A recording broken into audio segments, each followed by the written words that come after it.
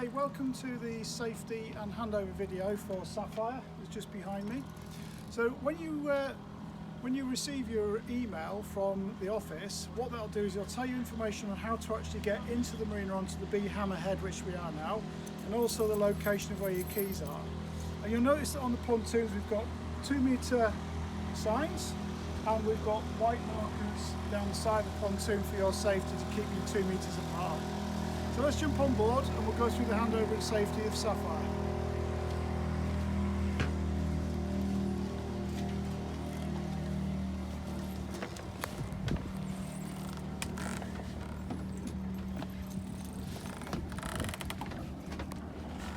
First thing we need to do is just to explain the keys. It would have been in the email where these keys were, and that's this little square one. That's just for the companionway.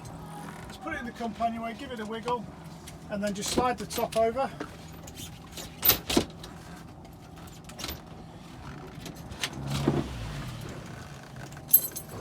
And then the 2 washboards you just lift out. If it's a day sail, if you just put the washboards into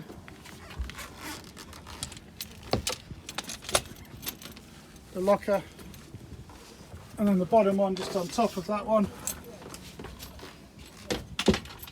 that keeps them safe and secure. If it's bad weather, it's just worth noting that you just need to keep the washboards in because they create protection for any water that come over the back of the boat.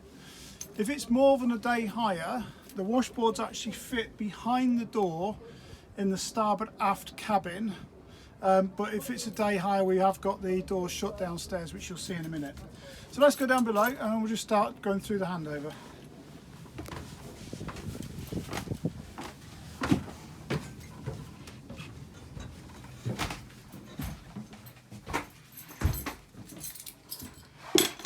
The first things you'll see when you get on board is that we've got some packs of PPE and everything on the table for you. You'll also find the life jackets that have been put out for the number of people that are coming on board. The life jackets have all been sanitised with a special spray prior to your hire. Also what you've got is you've got some anti-surface antibacterial wipes. We've got some special J cloths. There's also antibacterial spray. And in the PPE pack, which is just for your boat, tells you what's on the front here. Inside that we've got 2 face masks, gloves, antibacterial hand gel. We just ask that you leave that bottle in the pack after you hire because we're going to refill these. And there's a yellow bin liner. So what that's for is on board the boat you'll see that we've got tea towels just over in the galley here. Also the J cloths for use for your hire, and in the actual toilet compartment ahead you've got a hand towel. So all we ask is at the end of your hire, if you can put all of the J cloths, tea towels and hand towels into that special yellow bag, we're going to take that and put it straight in the washing machine once you've finished your hire. The actual main refuge, the rubbish bags, if you can seal those, then we're going to leave those for 72 hours and again dispose of them. So both of those bags just need to be left on board. Safety wise on the boat, so on the chart table what you'll find is a routines and instructions manual. So in the routines and instructions manual it goes through everything that I'm going to go through in this handover video with you now. If there's anything that you forget, this is here as a reference guide. So it's got all the information about the boat, about all of the water, how to turn it over from one tank to the other, everything to do about the depth. The depth of this boat is 2 meters draft, but I'll go through that when we go through the electronics. It's got 2 emergency contact numbers which are just here, that's for myself and Gemma. Just in case there was a problem, you've got our numbers there on board. The one that's going to be really important to you is going to be this one, which is a layout of essential equipment. So if you have a look at this when you get on board, this will tell you everything where the location of everything is. Okay. So with regards to fire and gas, on this boat you've got fire extinguishers, one of which is just in front of the table just here. Okay. The other one is just underneath the chart table seat, which is there. That's another large one. Okay. And then the galley one is actually underneath this step. So if you like, just look where I'm pointing now. It's literally just up here underneath the step. You can see that there. And then you've also got fire blanket, which is just here for the galley. Now you'll notice that there's a sign on these doors, and that's because if it's a day hire, we ask you not to use the cabins. There's plenty of room, as you can see in the saloon here, to relax if anybody wanted to lay down. Once restrictions lift, if it's a hire or charter, which is then going to be overnight into multiple days, and obviously all the cabins will be opened up. In each cabin there is another small fire extinguisher. They're both in port and starboard, just above the wardrobes, and in the bow cabin it's just down in front of the bunk berth there as well. So that's just covering the fire side of it. Then means of escape, we've obviously got up the companionway, out that way, and if it was an emergency then it is fine to go through the forward cabin. So if we open the forward cabin door, you can see there that we've got the hatch which acts as a means of escape as well. Okay. With regards to gas safety, when we go on deck I'll show you where the main bottle isolator is, but the boat is fitted with a gas alarm. So the gas alarm on this boat is actually just underneath the chart table. So just down here you can see there, and that's just a press to test. And the isolation valve for the cooker, it's marked on here, so you just open that one and you'll see it's just there. So all you do is you turn that so that it's in line with the pipe, and in its current position there it's in the off position. Okay. So that's the gas side of the boat, and also the fire extinguisher side of the boat. So when you come on board it'll be connected to shore power, and then if we just have a quick look over here, you can see here that you've got a little red light and this switch is in the up position. That means it's on, and then the three here which are marked is battery charger. So the battery charger is always going to be in its on position. And then you've got 240 volt sockets. If you want those on, you just flick it up. And then whenever you need hot water, if you're connected to shore power, that one just flicked up. So when you disconnect the shore power, and we'll show you what to do with that when we're outside on the boat, all we ask is that you just put all of those switches to the down position to make sure they're off just before you disconnect the boat. So this boat's got two separate systems. It's got two large domestic batteries and one engine start battery, and they are separate systems. So just underneath the chart table we've got the two breakers marked engine and domestic, so they should be in the on position. If they're not on, if they're in the off position like that, then just make sure you just twist them so they're in the on position. This breaker here, it's marked windlass. Just need to make sure, if that's pressed even by something on this shelf, you see that's just come out white, that will just be enough to turn the windlass off. So if you see that, or if someone touches that, or something touches it in the actual shelf, just push it back up again. That'll just make sure that the windlass is all energized. Just behind this seat here is where the emergency battery isolator is. So if you get your camera in here, just here there is a key and instructions for if you had a flat engine start battery. So all you do is lift that cover off, put that key in and turn it, and that then will link the domestic battery with the engine start side, so it'll allow you to start the engine if you had a problem with the engine start battery. Let's say if you just leave the switches in the on position, the domestic side cannot drain the engine battery. So that's the batteries on there. So life jackets we've gone through, they're all on table for you. If you needed extra life jackets or one went off, there's extra life jackets are just under here. If I just lift this up, you'll see in here that we've got extra life jackets at the side of that. We'd ask only if you use those if there's a problem with the ones we've left out, because these are all sanitized. And in here as well you've got the grab bag. In that you've got the category C first aid kit, which I'll go through first aid in a second. There's also thermal protection aids, so when you're looking at an equipment for safety, that's where the grab bag's located. There's a storm sail up there, but you shouldn't need that going out for a day sail. So with regards to other bits just around here, you'll see here I just said about first aid. It's marked first aid, it's very clear. If you open that, the boat has got three types of first aid kits. One is an everyday first aid kit, which is this one. In there you'll find plasters and bits and pieces, some wipes and some more gloves. The big main one is the green one there. So the green one is for you to use if you had anything bigger than just a little cut.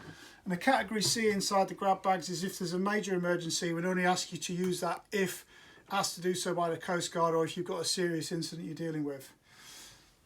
So that's where the first aid is. Just on the other side of the boat over here, if anybody on your crew would like a lifeline or a safety line, these are where the safety lines are located, just up in that locker there. So just behind you, if we sort of move around a little bit, just to go through the heads. So cabin door, if we can keep it closed off for day charter. If it's longer than that, so once restrictions are lifted, obviously the cabins will be used. So this door, if we just open this one up, behind the mirror here you've got extra toilet rolls and some cleaners for the heads, hand towel which is for your use.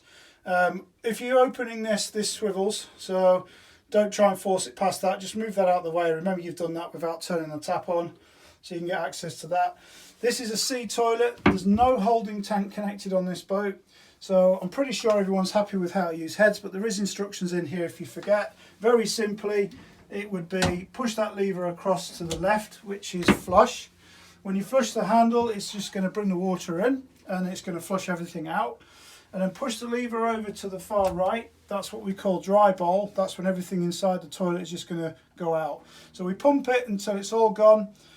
Just remember that anything that goes in the heads must go through you, and light toilet paper only. If there's anything else, any feminine hygiene products or anything, there is nappy sacks and bags in the cupboard for use for that.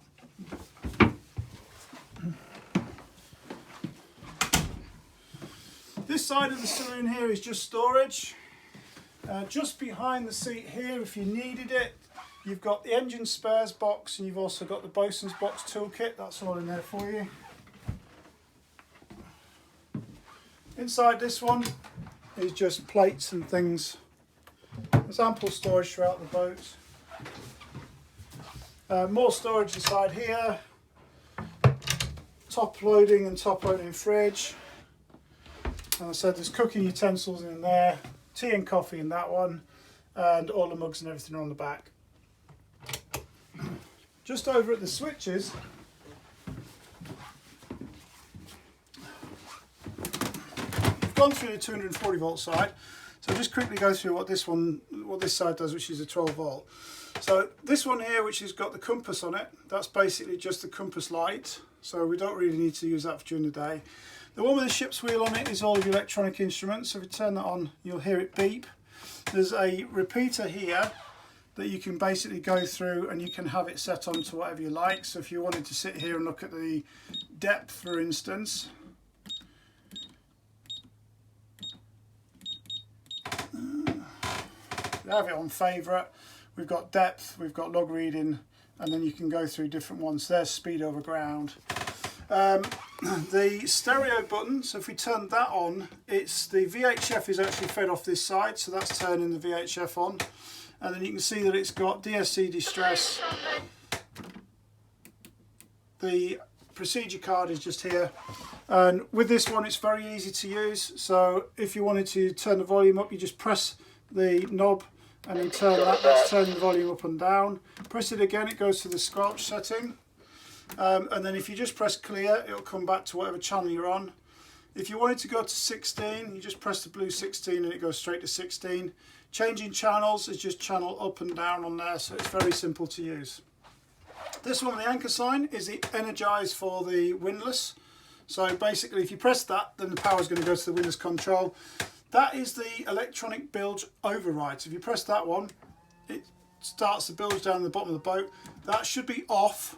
It has got an automatic float switch, so it'll go off automatically. Ice flakes or snowflakes is the fridge, so that's the fridge on.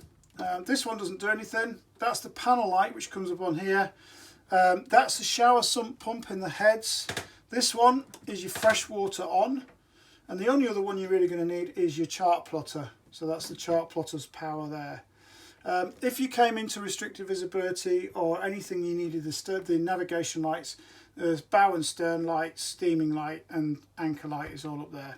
So cabin lights are on there, but you shouldn't need those for a day charter. If it's a charter that's longer than a day, cabin lights are just turned on by that, and they've all got their independent switches, which are just on the side of here. Alright, so that's the 12 volt on there, and when we go up on deck, we'll just go through the how to turn on all the navigation equipment. So just round the chart table, what you'll find is that just under here you've got a bosun's chair. There's also the emergency VHF aerial. In here, I think it's just storage. You've got the searchlight there, and then the two lockers just above here. You've got handheld VHF.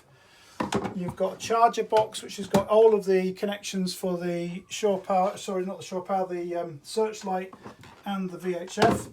We've got binoculars. There's also an aux lead, because this stereo will take that if you want to listen to some music. This side you've got the almanac and a pilot, and you've also got your sound signals foghorn. There's also a sail repair kit that's in there. And then in here you've got hand bearing compass, pens, pencils, rubbers, sharpeners, and then that is the key for the water and fuel fillers. So that's all in there. Chart table has got all of your charts. There's a selection of charts and everything else in there. The logbook and everything else is in here as well. So that's all there ready for use. This one here has got 240 volt kettle and 240 volt toaster and bits and pieces. Day charter, you shouldn't need that, it's just on the gas one. If it's a charter for more than that, once restrictions are lifted, then we can, obviously they're all in there. And all of your winch handles are stored in here as well. Okay, so that's in there. Galley side, just underneath the sink, you've got all your pots and pans, cooking utensils, cleaning bits and pieces and everything else. This one is the ship's bin, and there is bin bags which are provided on board. So that's pretty much sort of like everything down below here. What we'll do is we'll just show you quickly where the engine bits and pieces are. So it's just literally lifted up, it's on the gas strut, so it stays up on its own. You notice it's got an automatic fire extinguisher in the engine bay, so if you had any problems with the engine or engine fire, let that do its thing, don't use a powder one. If it doesn't put this engine fire out, there is a little fire hole just here, and that is if you needed to use a powder one, but powder ones can destroy engines, so it's best just to leave that. Engine checks, we're going to do the engine check for you for day hire. So this will have been checked the day before you go, just to make sure everything's okay. We brand new regularly service all the engines. This one's just been serviced.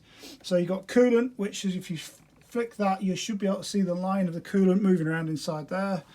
And then you've got the oil check dipstick, which is just there. Belt check, the raw water pump is at the centre, and the strainer is the back one there, which just undoes. Just remember, if you need to check a strainer, then make sure the seacock's turned off and then turn back on afterwards. But you shouldn't have to touch the engine for a day hire, it's all going to be done for you. If it's longer than that, so once we can do charters overnight and for longer, then your engine checks is just to make sure you're happy with that. So what we'll do, let's go up on deck.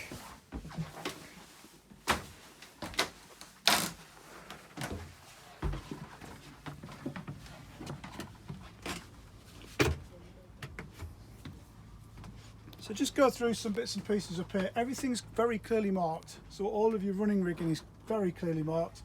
The green one over there is a spinnaker line, so you shouldn't really need that, especially for day charter, day hires. Reefing lines are all marked, and your main sheet is this black one with a white fleck in it here. This side of the boat, you've got the vang and kicker, you've got the out haul on the boom, reef 2, and then you've got main haul. We call it the rainbow line, rainbow rope. So the rainbow rope here is your main halyard, so main hoist and main lower, and that's just on that side. And then side of the boat, you've got the two Genoa halyards, sorry, Genoa sheets both sides. In this locker here, you've got a couple of the fenders that are not in use at the moment. There's 8 that come with the boat, so you've got plenty for both sides. There's a load of extra ropes in here. There's the red ensign in here. You've also got a sail mast cover, and there's also the cover that covers the main binnacle. Just one to point out, which is this one here. This light blue rope is for rigging up a preventer. So when we go up on deck, I'll show you that. This is the line here, and walking back I'll show you where it connects to. So that one is if you need to put a preventer on for running downwind. Right, and that's just in that locker there. Just be careful when you're closing these. There is bungees so you can attach them to the guard wires, just so they can't fall back. They do get quite heavy if you just make sure you place them down rather than drop them. This side of the cockpit is most of the main safety equipment. So in here you'll find the flare pack, the day shapes, buckets. The blue bag in there is actually cutting equipment in case you had a rigging failure. This is an extension lead for shore power, so if you were somewhere and the plug was a little bit too far away. You've got another fire extinguisher in case you need to do something from the cockpit going down below. And then behind all of this you've got the kedge emergency anchor, that's in there. You've also got the hose reel, boat hook and some cleaning bits and pieces for the boat itself. So most of that's in there. Also there's fuel set. So we'll go through where to fuel up in a minute. When you do put some fuel back in the boat, all we ask is that you squeeze a cap full of that and add that before you refuel. So that just basically helps to protect the boat against diesel bug or water contamination in the fuel. So that's that one. Just at the back of the boat here we've got the man overboard equipment. So we've got dam buoy. It's all connected to the horseshoe and light, so all of that's connected. So if that was deployed, everything's going to go. This just needs to be lifted out of the tube. This side of the boat here, we've got the other horseshoe, which is connected to 20 metres of floating line. So if you had a recovery and they were a little bit away from the boat, we could use that to get them back. Or you can detach the throw line if you needed to from the dam buoy. At the moment, it's all in its connected state. So that's the emergency equipment on the back. A little sign here. Main gas isolation valve, so that one we just lift and open that, and you should see there that there's a gas bottle. So on top of that you've got the main gas tap, so that's where you'd isolate it and turn it off. When you do hire the boat, in the locker on the starboard side you'll also have a spare gas cylinder as well, just in case you run this one low or it runs out. Emergency steering on the boat, it's located right at the bottom of the port locker in the cockpit. And then to access it, what we need to do is lift this seat out. So underneath here there is two clips. This lifts out, it's on a little bit of string so you can't drop it overboard. And you see here that this is hinged. If we lift that up, then you'll see the emergency steering and it basically just slots straight onto that. So that's where the emergency steering goes. And just under this side there is a manual bilge pump. So that just pulls out. The handle is integrated into it, so you just lift this blue bit up and it's already got the handle in it. So that's how basically that all works there. Just up on the deck,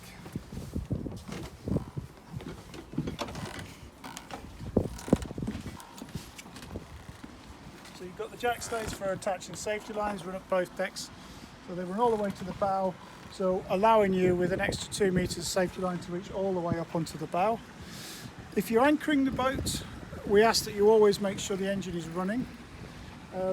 This is so it doesn't drain the batteries, and when we were down below I showed you where the little anchor symbol is on the 12 volt. That energises the actual windlass itself. So with the engine running, let's just have a walk up and I'll show you.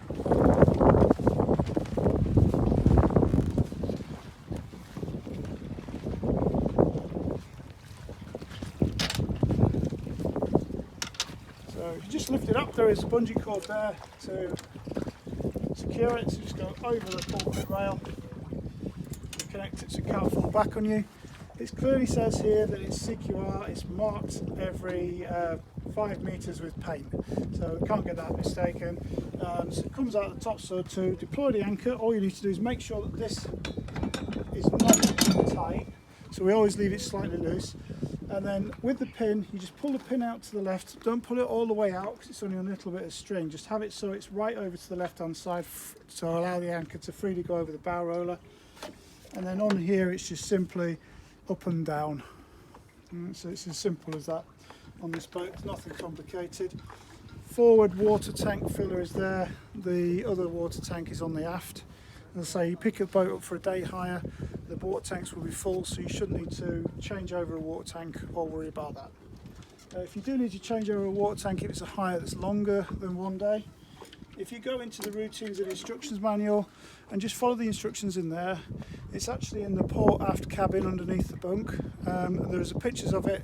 All it is a hand valve, it's a red lever and you just turn it and it changes the tank over.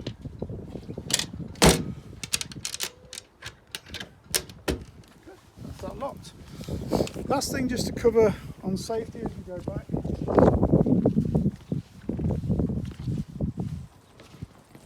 life raft. So life raft is just up on a coach roof.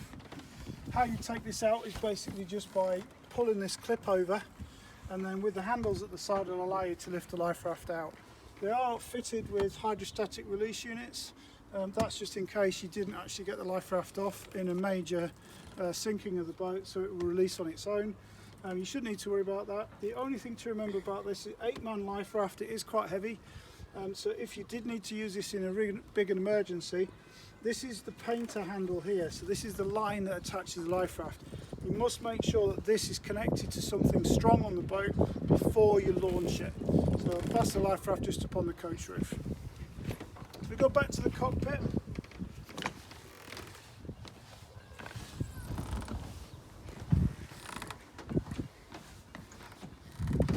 just going to go through engine start procedures. So just down here is the start panel for the boat. So the little toggle switch on the far right is in the off position at the moment. If you push it into the power position, just down, you'll know that the power's on because the fuel gauge will react. And then you've got this one here, which is the one inside that. You've either got glow, which if it's cold, you just need to push that up and hold it for 10 seconds. And then this one's the start, so if you just press and hold that, the engine will start. If it's a little bit hard to start, you can put it in what's called advanced throttle, which disengages the actual drive. And all you do for that is just push that in and then move that forward, and it will just allow the engine to rev up a little bit to get warm without actually engaging drive. On this boat, we're just looking out over the stern. Watch for 30 seconds just to make sure we've got a really good water circulation of the cooling system before setting off. You see there that we've got a really good water coming out of the exhaust. And then the engine to turn it off. So from the neutral position, once you want the engine off, is the right hand toggle switch, and all you do is push up to stop, and that's it. There's nothing else that needs to turn off. The only thing is the battery isolator switch for the engine down below. Alright, so what we'll do is we'll go through the navigation. So when we were down below, I went through on the 12 volt system which buttons to turn on, so all of this should be on. So what we've got here is we've got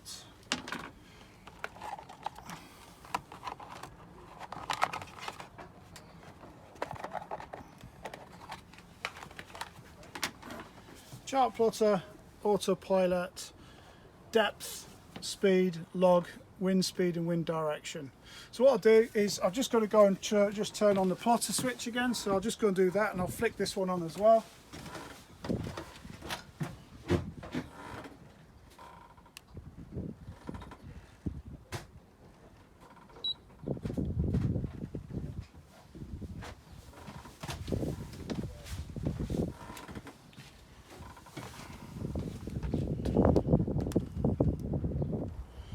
Press the power button on the plotter. Because it's a C70 series, the screen in direct sunlight is a little bit difficult to see. So when it comes up, it comes with a warning. So you're just saying press OK to continue, so just press OK. And then it's got an external GPS aerial on the back, so it will take a little bit of time, but what you're waiting for is up at the top here is for it to find a position. Then it's going to come up with a boat icon on the screen here. Once it does that, it'll start to also pick up AIS, so it's got an AIS receive, so it will bring up all AIS targets. And then to use it, all we've got is you can either scroll range in and out. It's already on chart plotter, and then it's got a load of options on the bottom, one of which this bottom corner says find ship or find cursor, so if you press that, it'll always bring the boat back to the center of the screen. So it's pretty much as easy as that. When you're wanting to turn everything off, if you press and hold the power button and hold it down for 3 seconds, it'll count down and then it'll turn everything else off. So this depth reading here is reading underneath the keel, so we've offset these, so what that's saying is what's underneath the foot of the keel of the boat. And we always ask you to maintain at least 1 metre of depth under the keel, so that's all ready to go for you there. And then steering lock just on the centre, so with that on, all you just need to do is twist that and then you've got steering. And then when you're in on a buoy or you come back in again, if you just put that back on, it just stops the rudder from moving around, so it just holds it all nice and still.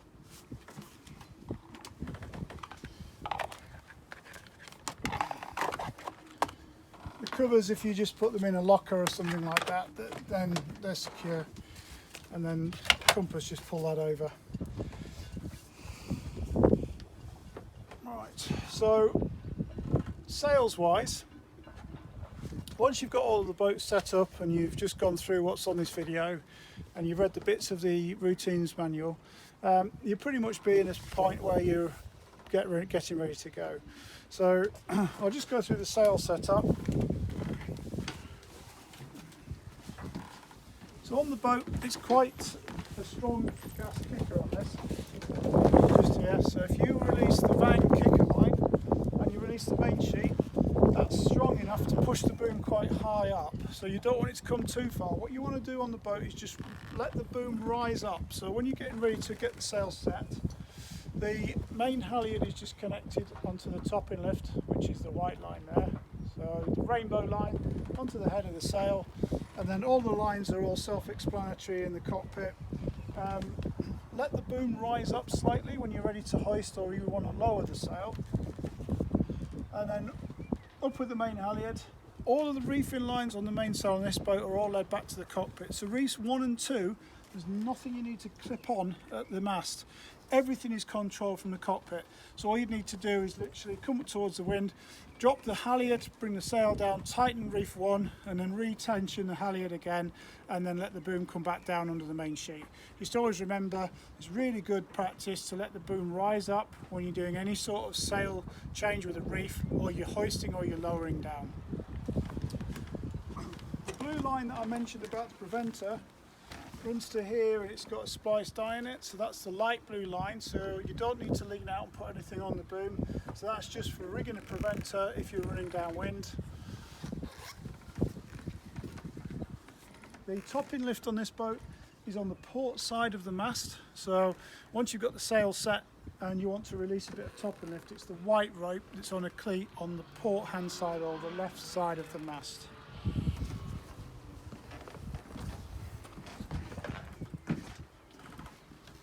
We'll just go through shore power.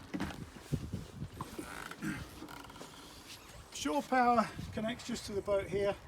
With the switches that we said earlier on, turn all of those switches off, all those 3 to the down position. And if it's a day hire, if you're going out day sailing, if you disconnect the shore power lead and the connector from the pedestal, what it'll do is it'll turn it all off, because these are the new smart electric connections on the rig. So just on the day is literally turn the switches off down below, unscrew that, take it off from the boat, and then very safely just put it on a pontoon. If it's looking like there's a little bit of rain or something during the day, just maybe wrap something around that, a bin liner, and just put that on there so it can't get wet. And then when you come back, when you plug it back in again, all you need to do is turn the switches on down below. If you disconnect it from the pedestal, if it's going out for more than a day once restrictions lifted, if we're doing charters for longer and overnight, obviously take the adapter lead with you and the shore power lead, because that's all the boats.